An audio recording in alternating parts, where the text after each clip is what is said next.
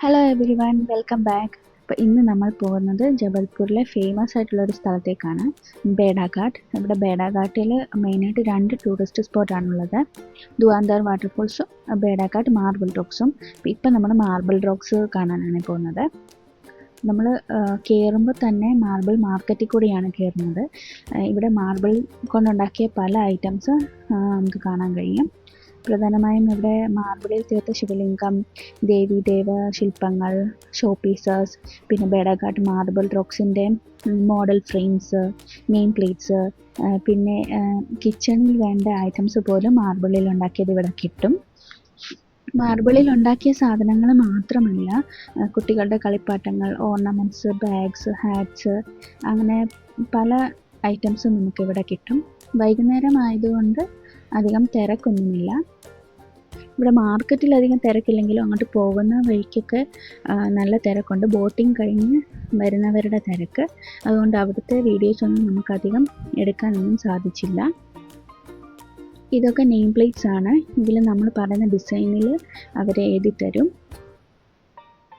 ഇതൊക്കെയാണ് മാർബിൾ മാർക്കറ്റിൻ്റെ കാഴ്ചകളൊക്കെ. അത് കഴിഞ്ഞ് നമ്മൾ നേരെ പോകുമ്പം മാർബിൾ റോക്സ് ആണ് കാണുന്നത്.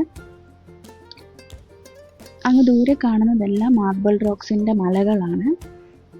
ഇവിടെ നർമ്മദ ജന്മോത്സവം നടക്കുന്നതുകൊണ്ട് ആർത്തിക്ക് വേണ്ടി ദേവിയെ ഒരുക്കി വെച്ചിട്ടുണ്ട്. ഇവിടെ മെയിനായിട്ട് ബോട്ടിങ് മാത്രമേ ഉള്ളൂ. ഇവിടെ നല്ല ഒഴുക്കുള്ളത് കൊണ്ട് അധികം ആരെയും അങ്ങനെ ഇവിടെ വെളിയിലോട്ട് ഇറക്കാറൊന്നുമില്ല. കാരണം പല അപകടങ്ങളും ഇവിടെ നടക്കുന്നതാണ്. നമ്മുടെ മെയിൻ ഉദ്ദേശം ബോട്ടിങ് തന്നെയാണ്. ഇവിടെ ഒരുപാട് ഹിന്ദി ഫിലിംസിൻ്റെ ഷൂട്ടിങ്സ് ഒക്കെ നടന്ന സ്ഥലമാണ്. ഷാറുഖ് ഖാൻ്റെ അശോക ഫിലിമിലെ കരീന കപൂറിൻ്റെ സോങ്, പിന്നെ ഋത്തിക് റോഷൻ്റെ മോഹൻജദാരോ, പിന്നെ പഴയ രാജ് കപൂർ ഫിലിംസൊക്കെ, ബോബി, പിന്നെ പണ്ടത്തെ മഹാഭാരതം സീരിയൽ ചില ഭാഗങ്ങളൊക്കെ ഇവിടെയാണ് ഷൂട്ട് ചെയ്തത്. അങ്ങനെ നമ്മളും ഒരു ബോട്ടിൽ കയറി. അപ്പോൾ ആ സ്പോട്ടിലേക്കാണ് നമ്മളെ കൊണ്ടുപോകുന്നത്. ആദ്യം ഒരു ആവേശത്തിൽ ബോട്ടിൽ ചാടി കയറിയെങ്കിലും നല്ല പേടിയുണ്ട്. ബോട്ട് തുഴയുന്ന ചേട്ടന്മാർ തന്നെ പറഞ്ഞു ഇവിടെ 200 അടി താഴ്ചയാണുള്ളത്, കൂടാതെ മുതലകളും ഉണ്ടെന്ന്. അപ്പോൾ ഈ കാണുന്ന മാർബിൾസ് റോക്സിൻ്റെ ഒക്കെ പേരുകളും സവിശേഷതകളും കഥകളും ഒക്കെ തന്നെ ഇവരൊരു കമൻട്രി പോലെയാണ് പറഞ്ഞു തരുന്നത്. അത് കേൾക്കാൻ വേണ്ടി മാത്രം ആൾക്കാർ വരുന്നവരുമുണ്ട്. പിന്നെ ഈ ഹോളിഡേയ്സിലൊക്കെ ഈ ജബൽപൂരുകാരുടെ തന്നെ ഒരു മെയിൻ പിക്നിക് സ്പോട്ടും കാണാൻ വരുന്നതുമൊക്കെ ഇവിടെയാണ്.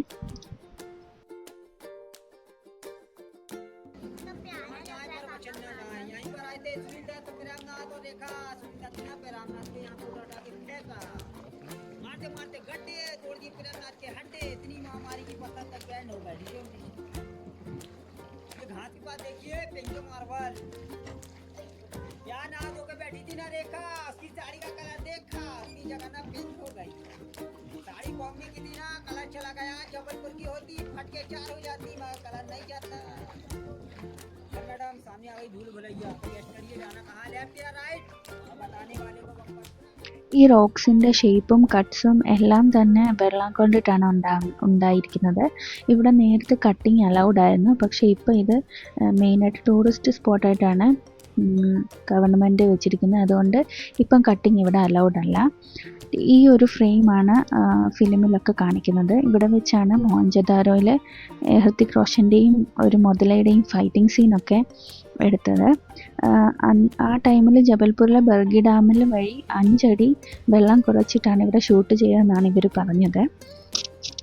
അപ്പോൾ ഇവിടം വരെ നമുക്ക് പോകാൻ അലൗഡ് ഉള്ളൂ.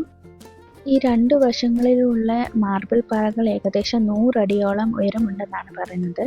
രാവിലെ മുതൽ വൈകുന്നേരം വരെ പാറകൾ പല നിറങ്ങളിലാണ് കാണപ്പെടുന്നത്. വെള്ള, ക്രീം, പിങ്ക്, ഗോൾഡൻ, അങ്ങനെ പല നിറങ്ങളിൽ മാറി മാറിയാണ് ഇത് തിളങ്ങുന്നത്. ടോട്ടൽ നമുക്കൊരു 40-45 മിനിറ്റ്സ് ബോട്ടിങ് ടൈം ഉണ്ടായിരുന്നു.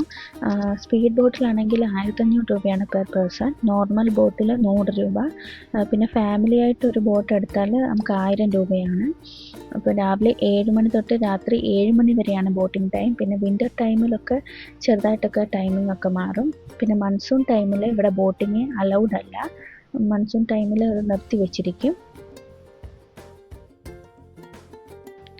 അങ്ങനെ ബോട്ടിംഗ് ഒക്കെ കഴിഞ്ഞ് നമ്മൾ തിരിച്ചു പോവാണ്. അപ്പോൾ തിരിച്ചു പോകുന്ന വഴി മാർബിൾ കൊണ്ട് ശില്പങ്ങളൊക്കെ ഉണ്ടാക്കുന്ന ഒരു സ്ഥലം കണ്ടു. ഇവിടെ ഫ്രണ്ടിൽ തന്നെ ശിവലിംഗം, ദേവി ശില്പങ്ങളൊക്കെ വെച്ചിരിക്കുന്നത് കണ്ടിട്ടാണ് നമ്മൾ കയറിയത്.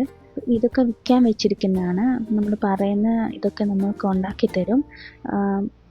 പിന്നെ ഈ സൈഡിലൊക്കെ ഇരിക്കുന്നതെല്ലാം ഡാമേജ്ഡ് ഐറ്റംസ് ആണ്. കട്ടൊക്കെ ചെയ്യുമ്പം മുറിഞ്ഞു പോകുന്നതൊന്നും പിന്നീട് എടുക്കാൻ പറ്റാത്തവയാണ്. അങ്ങനെയുള്ള ചില ശില്പങ്ങളാണ് ഇവിടെ സൈഡിൽ ഇരിക്കുന്നത്. ഇവർക്ക് ഇപ്പം കട്ട് ചെയ്യാൻ വേണ്ടിയിട്ട് വേറൊരു സ്ഥലം അലൗഡ് ആക്കി കൊടുത്തിട്ടുണ്ട്. ഇപ്പം നമ്മളിപ്പം പോയ സ്ഥലത്തൊന്നും കട്ട് ചെയ്യാൻ പറ്റത്തില്ല. വീഡിയോ എല്ലാവർക്കും ഇഷ്ടപ്പെട്ടെന്ന് കരുതുന്നു. ഇനിയും പുതിയ കാഴ്ചകളും വിശേഷങ്ങളുമായിട്ട് അടുത്ത വീഡിയോയിൽ കാണാം. ബൈ.